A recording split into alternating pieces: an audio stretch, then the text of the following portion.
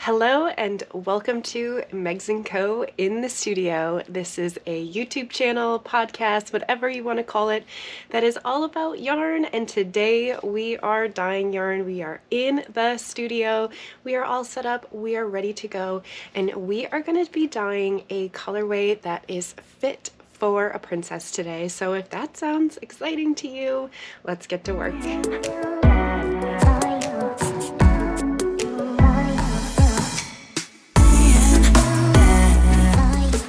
Hello, my name is Meg. I am the yarn dyer and owner behind Megs & Co. Yarn, and thank you so much for joining me in the studio today. We are going to be dyeing yarn. I promise these pans will be filled with yarn in just a few short moments, but I wanted to first introduce what we're going to be working on today. I'm super excited about it. Have you ever had those moments where you were just immediately inspired? I had one of those moments. So I was scrolling on Ravelry and I came across a brand new pattern that was just released, and oh my gosh, it was so absolutely adorable. And I feel like I just have to knit it, and it's perfect because surprisingly, and I feel like surprisingly, you know, because of course it can happen to a yarn dyer, an avid knitter, yarn owner, store owner like myself. Yes, I have been in a little bit of a knitting slump. I don't know if there's just too many projects and I've been feeling overwhelmed, but the past like week or so, I've really not been doing much knitting, and I don't know, I've just been feeling like not feeling my projects until I came across this one, and I'm so excited. I think this is absolutely the project that I need to get my mojo back. So the suspense, I hope the suspense is killing you. This is called the Puff Puff Princess Blouse. It is a pattern by Park and Knit. Hopefully I can do some YouTube magic and put a picture of it up on the screen so that you can get a little peek of exactly what this pattern is. It is absolutely adorable. It's got just the cutest little puff sleeves, and I love how year-round versatile it is. So this one is knit out with Malabrigio Rasta yarn, which is a super bulky, like very thick yarn, so it makes a very thick fabric.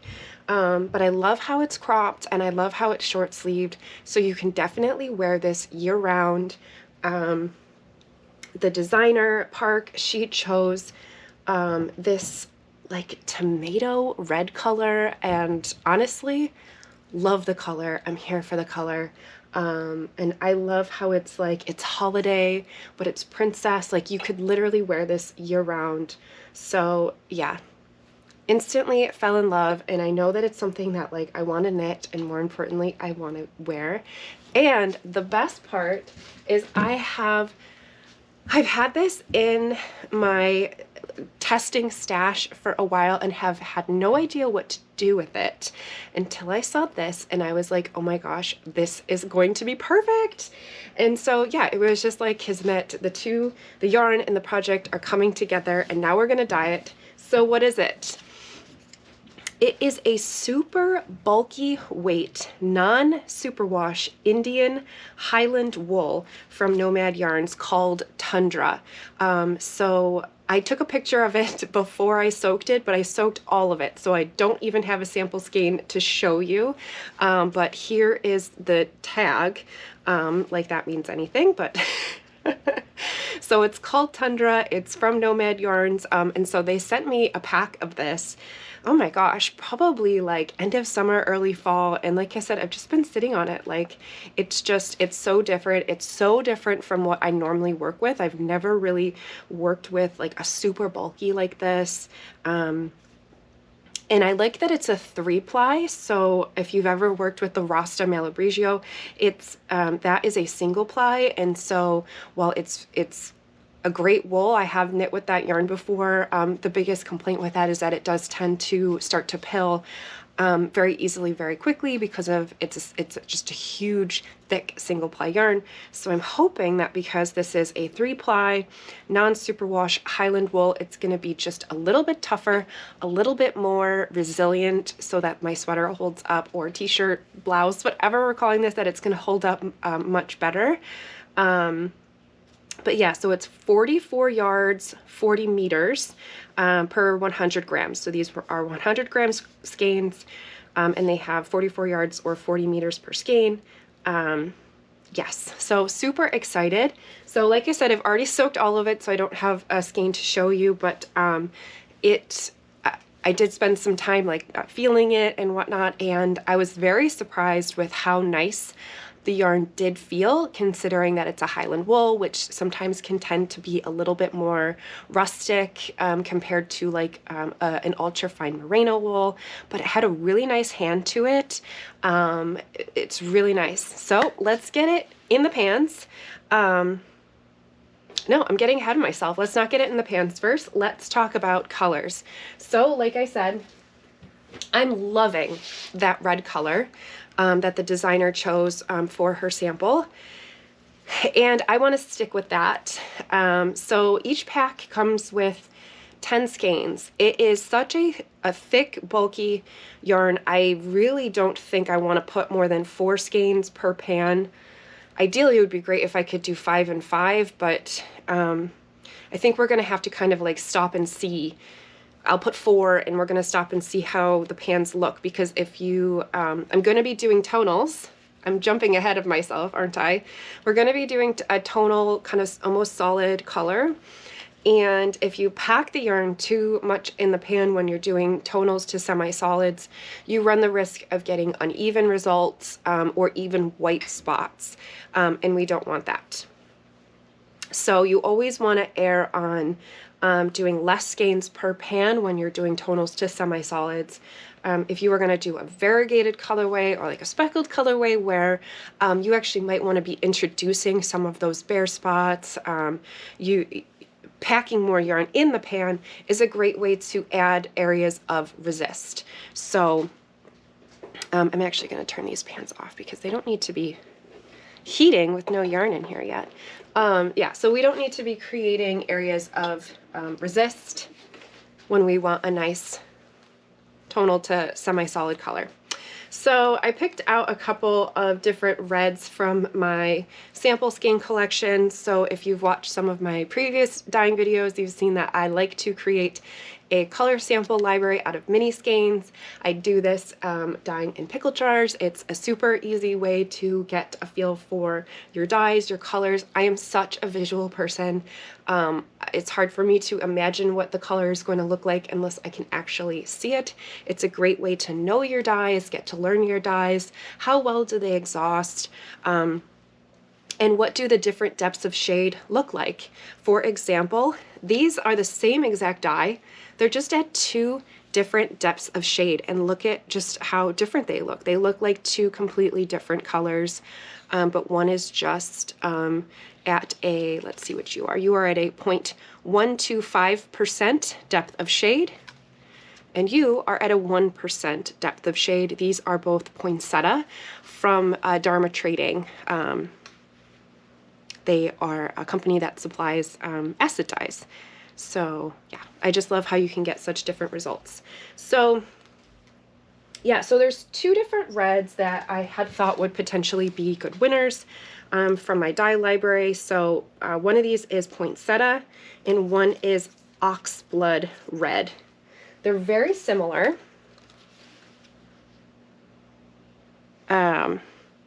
So I mean, you know, probably if I didn't tell you that these were 2 different reds, you know, at first glance, you might not even realize that they're 2 different reds. But this one is the poinsettia, and this one is the oxblood. The oxblood tends to lean a little bit cooler. And to me, the biggest difference in what I love poinsettia is poinsettia just tends to be brighter. I think because it doesn't have that little bit of blue to cool it down, it just has a really nice brightness to it, that these mini skeins are both just 100% superwash merino wool.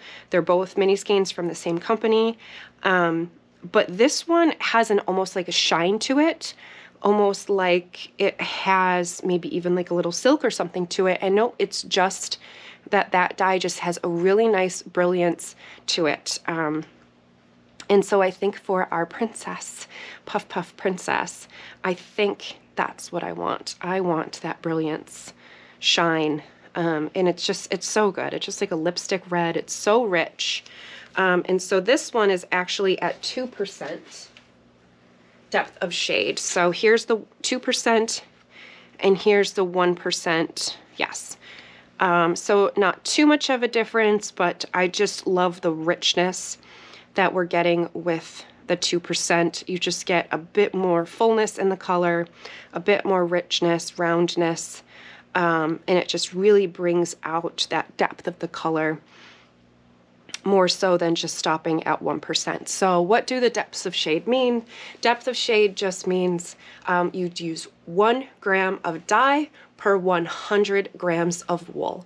So at 1% depth of shade, you are going to use 1 gram of dye for every 100 gram skein of yarn that you are going to dye. So for 2% depth of shade, we are going to use 2 grams of dye for every 100 skein of yarn we're going to dye. So I've already mixed up enough to dye 4 skeins because I think that's all we're going to want to comfortably fit in our pan. So that means that I have mixed up 8 grams of poinsettia, and I have just mixed it up in some water. The volume of water does not matter. I know that seems weird and crazy, but it really doesn't matter. What matters is the amount of dye that's going into the dye bath per weight of wool. So, are you ready? Let's get started. First, gloves. So I have already gone ahead and mixed my dyes. So because we're just using one color, there's really nothing complicated about it. I took my scale, I weighed out my 8 grams, I added my water, gave it a good mix.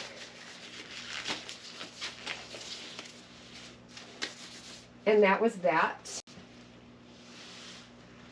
Ooh, look at how nice and red this is. So I am going to give this a good mix again just because it's been sitting for a little while. I have been in love with this little tool that I found online. It's like a mini electric whisk, but it also has like a milk frother attachment, but I put the whisk attachment on here and I just love it. Like, as somebody, I used to use like a small miniature kitchen whisk, which I don't think is on my bench at the moment, or I would show you. And as somebody who is just mixing all day, I just started to notice a lot of wrist fatigue. And this has been such a savior. So, and I don't think it was that expensive. Okay, so mix that up. And I just rinsed it in our bath because it's all gonna end up in there anyway. So this is citric acid. If you don't have access to citric acid, but honestly you can order it from craft supply stores because it's used to make bath bombs. You can order it from Amazon. I order in bulk from a chemical company, but it's not that difficult to find and source online. For my water, I always need about a tablespoon. If you don't have access to citric acid, you can use white vinegar. And you can see how it just settles. I'm just gonna mix it up until it's completely dissolved. You just don't wanna see it anymore. Usually I can like feel, you know, the crystals kind of scraping on the bottom with my spoon. So once I can see that, you know, it's all dissolved. This water bath, I was heating it a little bit, so it's pretty warm. It's gonna dissolve very fast in warm water. So good to go there. And you wanna be working at a pH between 3 and 4.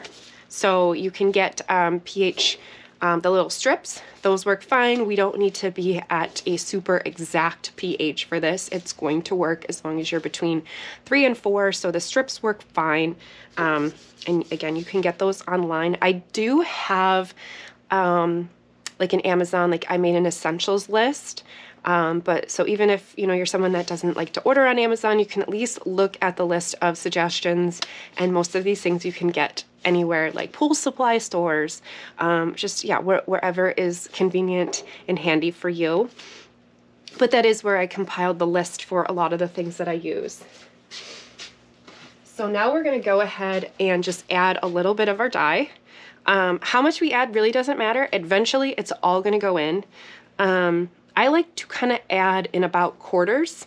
So you just want to add dye slowly to give it time to evenly coat, so that you can flip the yarn over a couple times, make sure that the dye has time to really interact with the dye, get in between all the strands, fill in all those crevices. So I'm just gonna do that. And so that seems like it was about a quarter.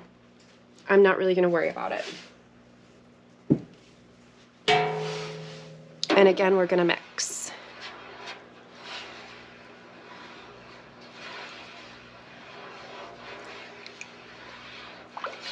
I feel like I'm stirring a bloodbath. Ha ha ha. Okay, enough playing. Then for my secret ingredient, I can't believe I'm sharing my secrets. So I always add just a little bit of dish detergent. The dish detergent is going to help cut the surface tension of the water. It helps so that it just helps with breaking that surface tension of the water. It just gives a better opportunity for the yarn and the dye to interact. And then also, especially when we're dealing with a non-superwash yarn or a yarn like the Highland Wool that has a much higher lanolin content to it, if there happens to be any lanolin still hanging out on that yarn, just like this is a grease cutter, it is going to help ensure, not ensure, but it's going to potentially help to continue. Oh, my doggies. It's just going to help to continue to clean and wash away any spinning oil residue or any lanolin that might still be hanging out on our yarn. I did scour the yarn before we started because Highland Wool is wool that does have a much higher lanolin content. So, let's do that. And again, I'm just going to stir that in. Sometimes this is where you can start to see little bits of foaminess.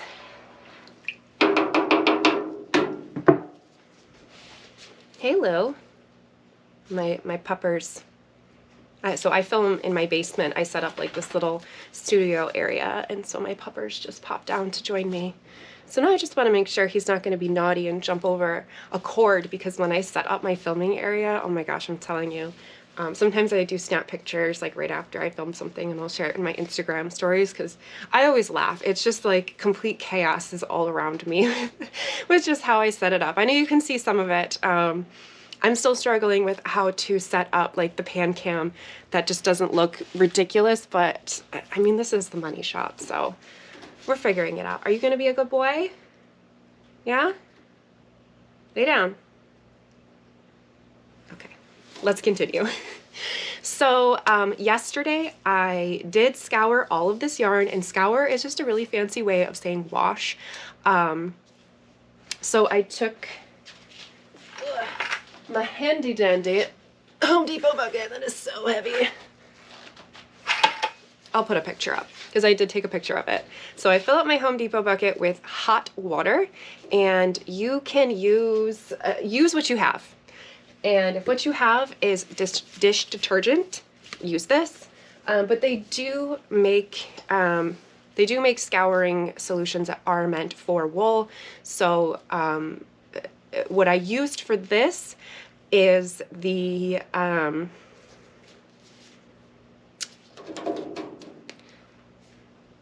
what's it called? My brain is like completely fried. My dog came down here, now I'm distracted. So I use Synthropol. This is from Dharma Trading Company. It's the same company that I get a lot of my acid dyes, including the poinsettia that we're going to be using today. So this is Synthropol detergent. I buy it by the gallon because I use so much of it, but they do sell it in much smaller quantities. And you literally need like a drop. A teeny tiny bit goes a long way, and you really don't want to use too much. Using too much, it's a fine balance between it helping and it actually interfering with the dye process a little bit. So make sure that you're using the recommended volumes, but that's really going to help pull away any grease from the spinning oils, any extra lanolin that's hanging on. And it's really just going to give it a good squeaky clean. You're going to be amazed at how absolutely disgusting this water is afterwards, just from all of that gunk that was just clinging to the yarn. You can also use a product called Scour. I believe the company that makes that is Unicorn Wash. It's typically what spinners will use to clean their fleeces, but that works really well. I think you have to rinse that. So that's typically why I don't use that, just because then you have to rinse it, and no one's got time for that. But yeah, and you know, and if you just want to jump in, try this, and you don't want to buy 100 things, it's gonna work fine. All right, so let's get to it. So this has been soaking since yesterday. With non-superwash, you always want to give your yarn a really good soak. Wool is going to be a little naturally hydrophobic, meaning it's just going to take a little bit longer to get fully wet and saturated, and you want good, wet, well-saturated yarn for it to want to pick up the dye and pick it up nice and evenly. So again, when we're doing tonals to semi-solids, when you want nice, even color, a good long soak is going to be key, because otherwise you might see those areas where like a little bare spot or just a little area of resist, and sometimes that can just be where just the yarn, even though it looked wet, it really wasn't fully saturated with water. It could also be where there was just a little bit of oil or something that was you know, left behind on the yarn, like maybe it just wasn't washed. So making sure that you're giving it that good scour. And just look at this, look at these strands. It's so cool. It's like rope, like it's so thick. This is gonna make the coolest blouse. So I've secured these with zip ties just through the center of the hank. This is going to allow me to pick these up and down and manipulate them. It helps to untangle when I need to. I don't want to lay it like that. Okay, I've got 3 in there.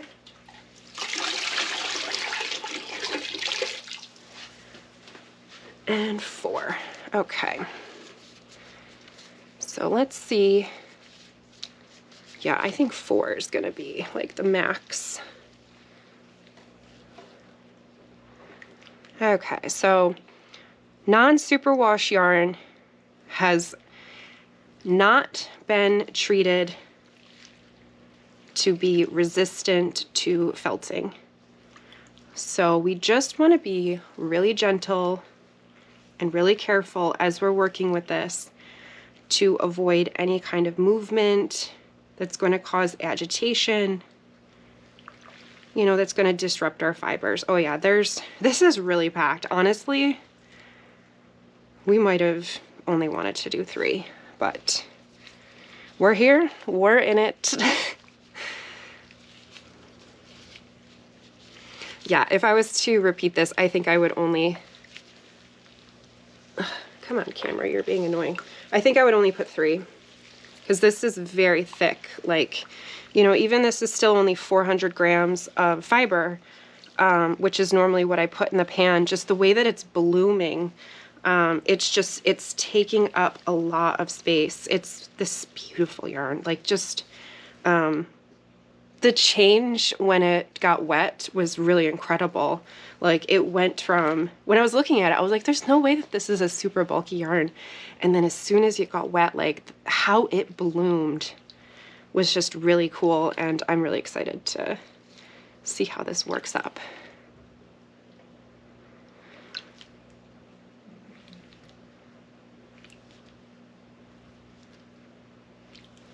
So I'm just gently pushing. Again, I don't want to do anything like that that's going to cause agitation, that might cause felting. So I'm just pushing because I just want all that dye to really get in there, because you can see how the yarn kind of floats back up. And so I just want to make sure that everything gets exposed to dye. And so I'm just going to let that be for a minute. turn our heat on and probably give that a good 20 minutes to heat up before we add another layer of color. And I'll just keep checking the water. If it looks like the water is exhausting like faster than that 20 minutes, then I'll add more. But if it is, you know, if the water's not completely exhausted after 20 minutes, then I'll just go ahead and add more. But yeah, this is my very first time dyeing this yarn, so I'm not sure like how quickly the water's going to exhaust. Like different wools, especially the different breeds, will all kind of take to the dye differently. So like some, you know, some just grab that dye and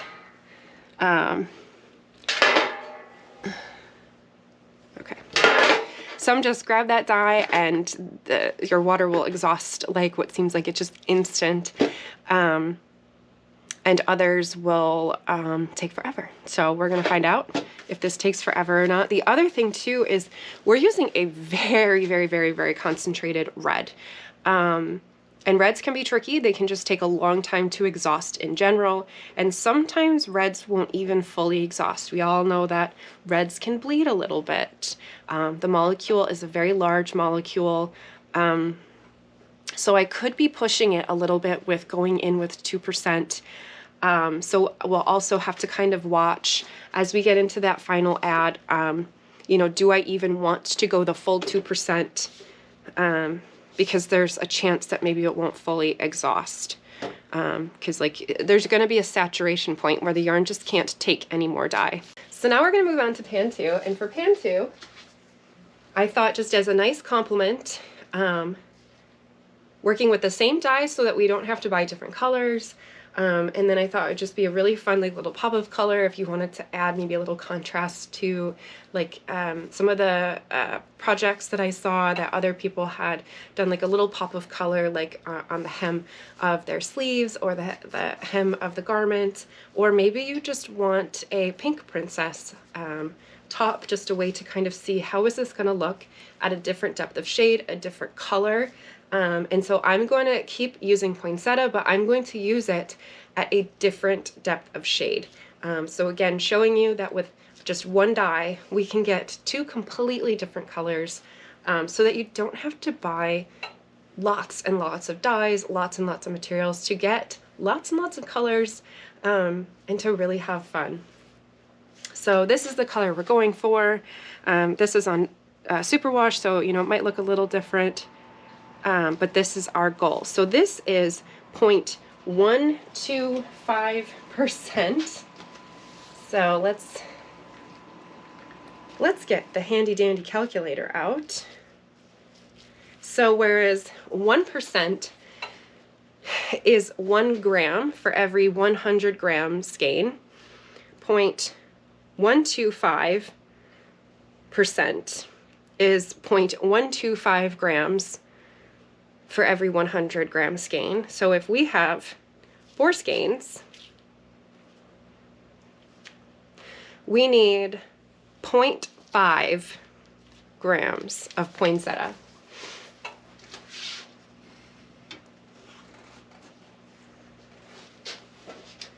So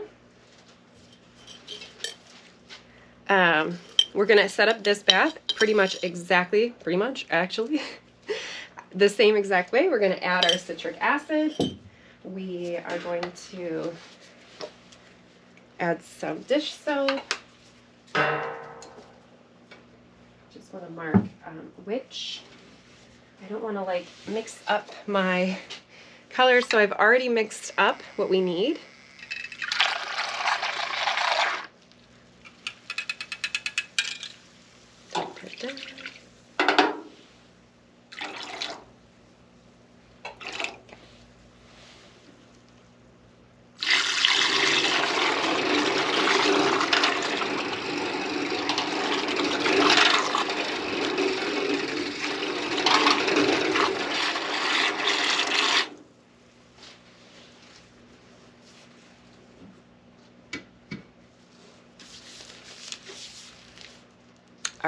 And so then I'm going to add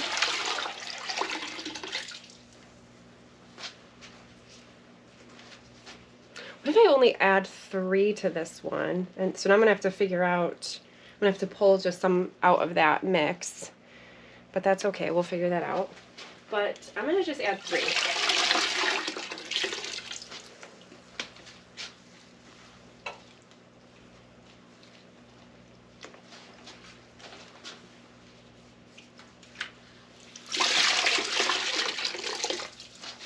Because then we'll just see, you know, how much easier or potentially better, like we'll be able to compare, like did this pan, you know, maybe come out a little bit more even by not packing it full, because that pan's just a little full. So this will be a really great way to test. It'll be 2 different colors, but we can test like, is our results of this pink more even?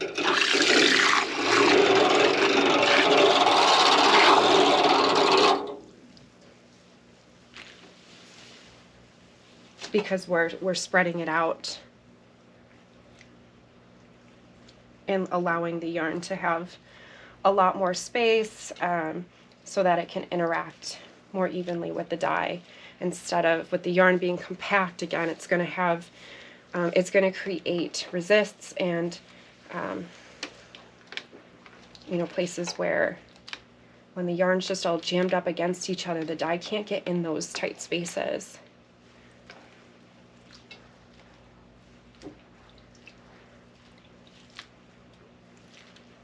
Almost like a bubblegum pink.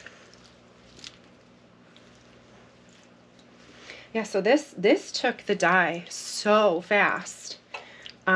Like this skein actually looks a little bit lighter because this was that last skein that I put in.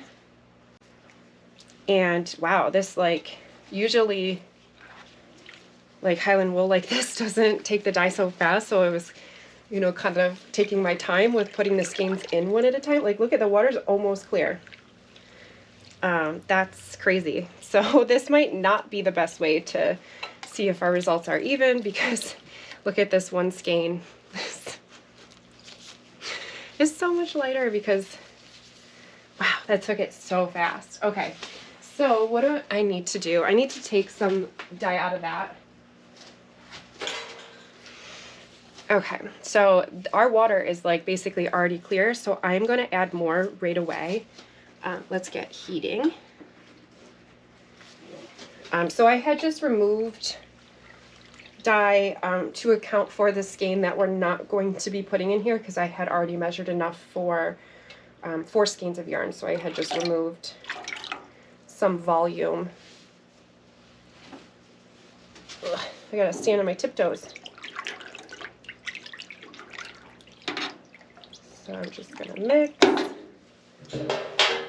And what I'm going to do is that skein that came out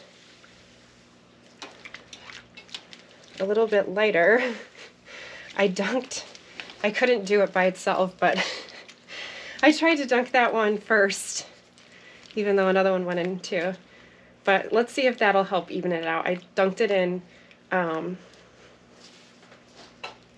like right away and first, so it got like all the contact.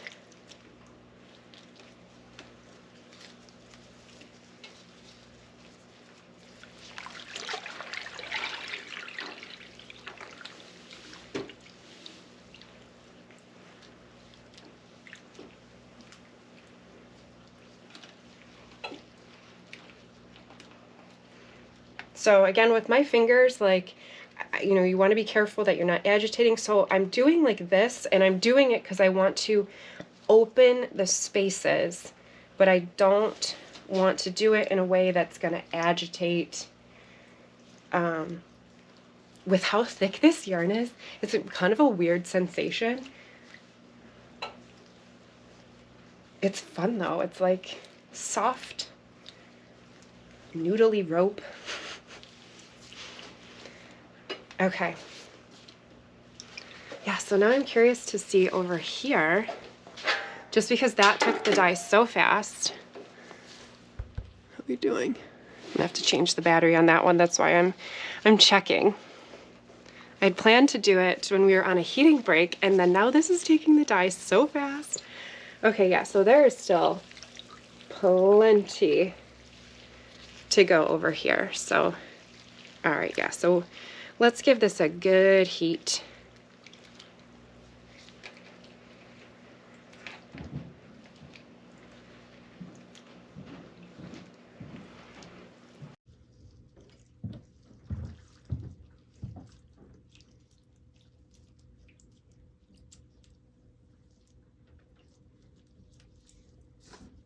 Okay, so I'm gonna give this a good heat.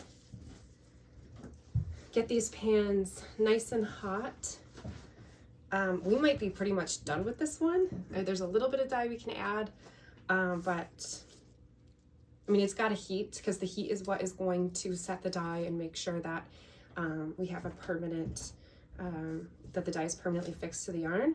But in terms of our involvement, I think we're there. This one is definitely going to take a lot more adds and flipping and whatnot, but for now, we're going to let this heat probably for about a good 20 minutes, get this nice and hot, come back, add more dye, flip it over, and that's really it. So this is kind of where it gets a little bit boring from a filming perspective, just because, yeah, that's all there is, but I will still share it with you. But I am going to go change my camera battery, get a sip of water, and then we'll be right back. All right, I'm back from my break. Got a new camera. I've got a fresh battery in the camera. I'm hydrated, and so let's see where we are with our yarn. Love it. I feel like, so we still have a little bit of dye that we could add to this one, but I feel like we are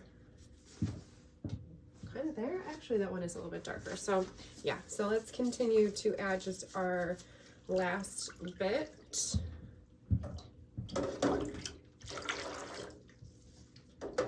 So this is just the very, very last bit of our 0.125% poinsettia.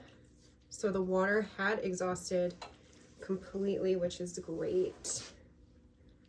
So we're just going to add that very last bit. Get this all back in. Some weird fuzz. Okay.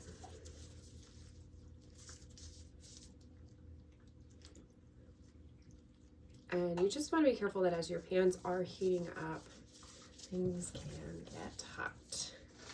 You can use like thicker gloves. They do make thicker heat resistant gloves, which are definitely a good option. And I'm not noticing such a difference between the three skeins anymore. Like before, there was that one skein that looked a little itchy.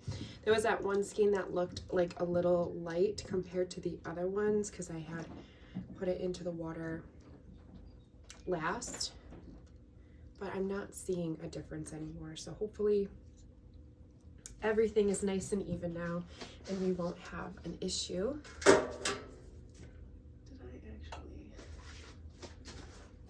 I did start this. Okay, so here is our red. Get my gloves all the way up. Okay. So yeah, so we still have quite a bit to go with our red. There's still a lot of color in that water, but I do want to add more dye. So let's, whew. These skeins are holding onto a lot of water. This is so heavy. Let me give that a good dunk. I'm not putting all of it in, but I did put a good amount since this is exhausting quite slowly. I'm not worried about adding a lot because it seems like there's a good amount of time that the yarn is sitting in the dye. So there's a good amount of time for the yarn to interact with the dye. since it's so concentrated that it's just taking a long time to exhaust.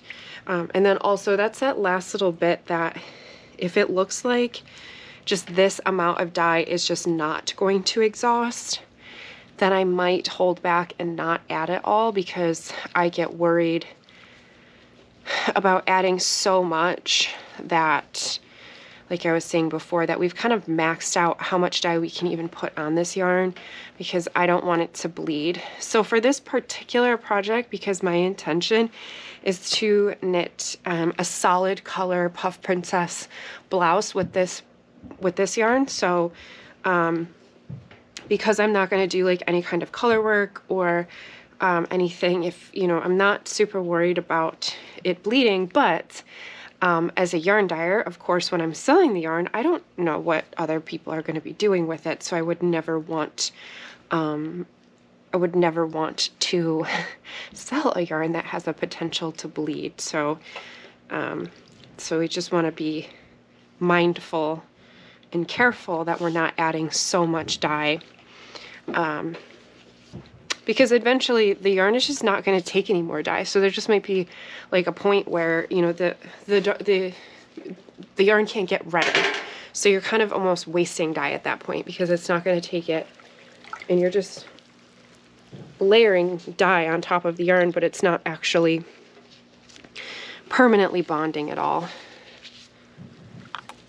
And so finding that sweet spot of where you can get it as dark and as red as possible, but not sacrifice any bleeding, that's the key with luscious reds like this. And so some of it just takes a little bit of trial and error, and you can do that with the mini skeins. You know, you can see how far, you know, what concentration before your mini skein is no longer exhausting. And I might have even have written that down somewhere with my poinsettia mini skeins, but I didn't consult that. So hopefully we don't have a problem with this, but we are going to learn together, right?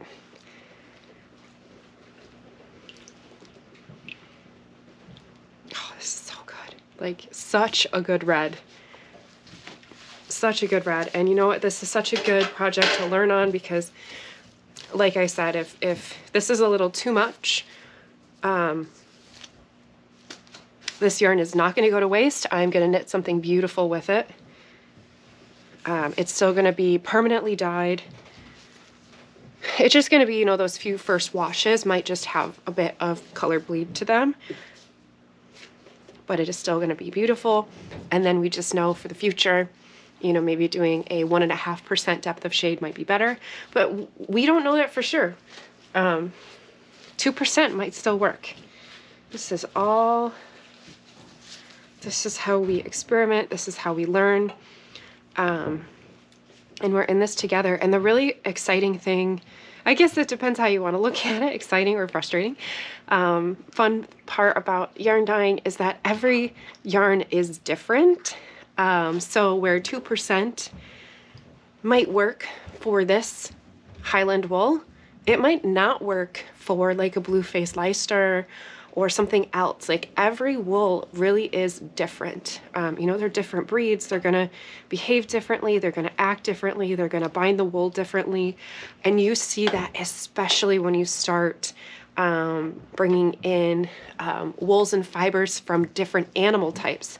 So like if you're going to dye alpaca, that is going to take the dye so differently than a sheep. And I mean, it makes sense. They're not only different breeds, but they're completely different animals.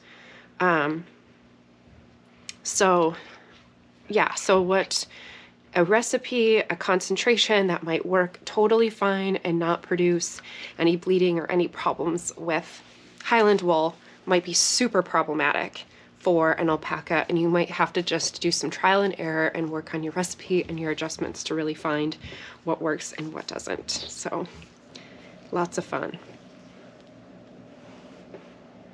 All right, yeah, so this just needs to keep heating. My guess is that it's going to need a good hour on the heat. It actually is not very warm, so probably going to turn it up a little bit. But yeah, just gonna keep heating. I'm going to keep checking on it, but I'm probably going to let it just heat for a good solid hour. I'm going to keep checking in on it, like I said, but I'm really not going to probably manipulate it too much. But yeah, after that hour, I will turn the camera back on and we'll check in. We'll see where we are, and then we can make that decision together. Are we going to add our last bit of dye, or do we think that we are done? So are we ready to check our pan and see where we are? It's been cooking for quite a while. Definitely a good 45 minutes. So I am hoping that we have, ooh, yes, some pretty clear water here. There's still like a tint of pink, but that's pretty clear water. I'm very happy, very excited about that. And I'm like nervous to add the rest of the dye, but because it is fully exhausted, I kind of want to push it and add the rest of the dye. I kind of feel like we've gone this far. I kind of want to do it for science and see, can we do a true 2% depth of shade with this yarn. So let's do it. Let's do it for science. So there is still quite a bit in here. So let's see here, 300 mils, and we can fit about 900 mils in here. So it is about a third of our dye left. So that is a lot. But it really is going to give us that really rich color that we're after. And so I am hopeful. I'm hopeful that because the water was clear, that we are going to be able to get there.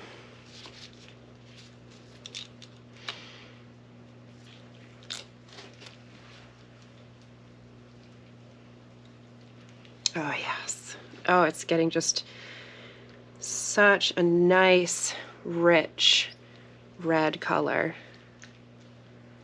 It's so pretty. I just love when you find a really good dye color that is just so pretty all on its own. You know, you don't have to add anything else to it, mix it together. I mean, you absolutely can, but like, you know, when you stumble upon a color like this poinsettia red that is just already perfect, it's just nice. It's just nice to not have to manipulate it and play with it to get it to be any different. Okay. So yeah, the water's definitely hot. So it just makes it a little bit trickier, you know, because I can't push down with my hands. If you had some, you know, heat resistant gloves, then you could really get in there, but you definitely need to be careful. The hotter the pan is, the more likely the yarn will felt. It gets very sensitive when it's hot like this. All of those fibers are nice and open. So we just need to be very careful in how we're moving it around, so that we are not agitating, disrupting. So just very gentle movements, you know, just opening things up, but really, really being, you know, just careful and gentle. And you don't want to be scared, you know, it really does take quite a bit to felt your yarn. So as long as you're careful and gentle and smart about how you're working, you're gonna be fine. So don't get scared. Just work smart.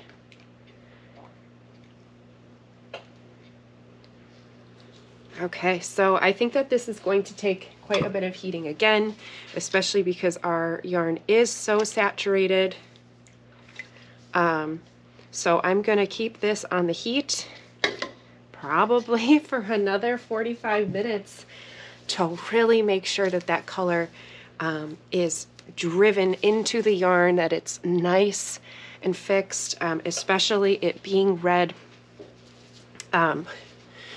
Red's a great color that when you think your dye bath is exhausted, keep it on the heat for another 20 minutes just to make sure that you've really driven that color to the yarn, that that chemical bond is nice and strong, because we know red likes to bleed.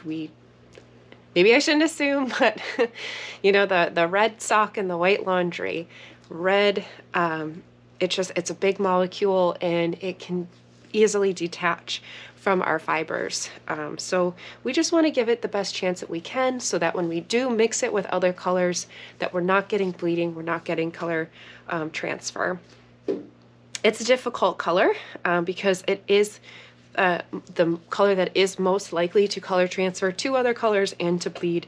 So we would just want to make sure that we're setting ourselves up in the best possible way, and to just ensure that we're cooking a little bit longer to really drive that color, and that's how we're going to do it. So yeah, I'm going to keep this on the heat for a while.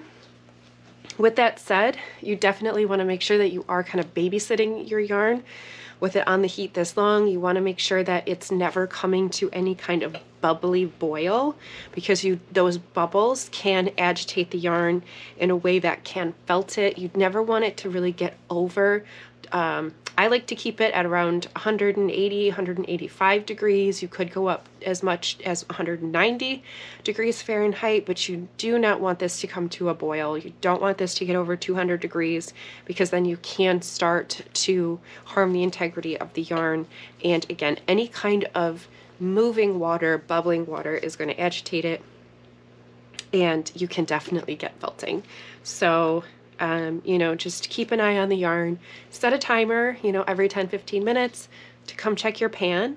And I think it's also a good idea too, every 10-15 minutes, to just keep rotating those skeins so that they'll continue to cook as evenly as possible.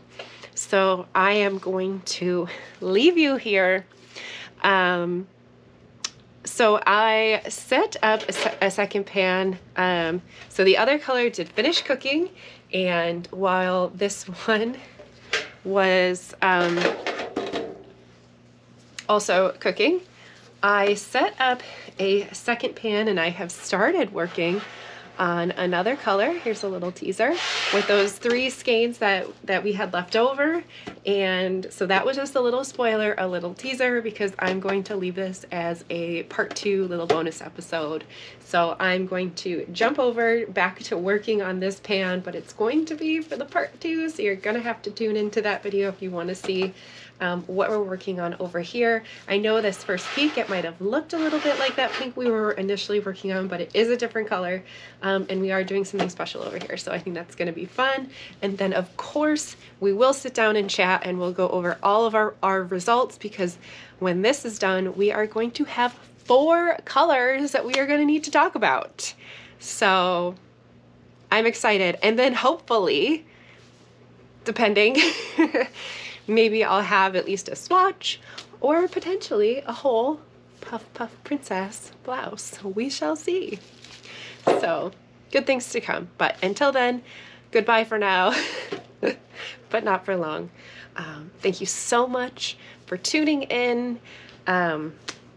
Please like and subscribe to the channel, especially if you want to get notified when part 2 also gets posted, and when I do have my sit-down chats, so that you don't miss all of the reveals for how all of this yarn came out. Thank you so much, and until next time.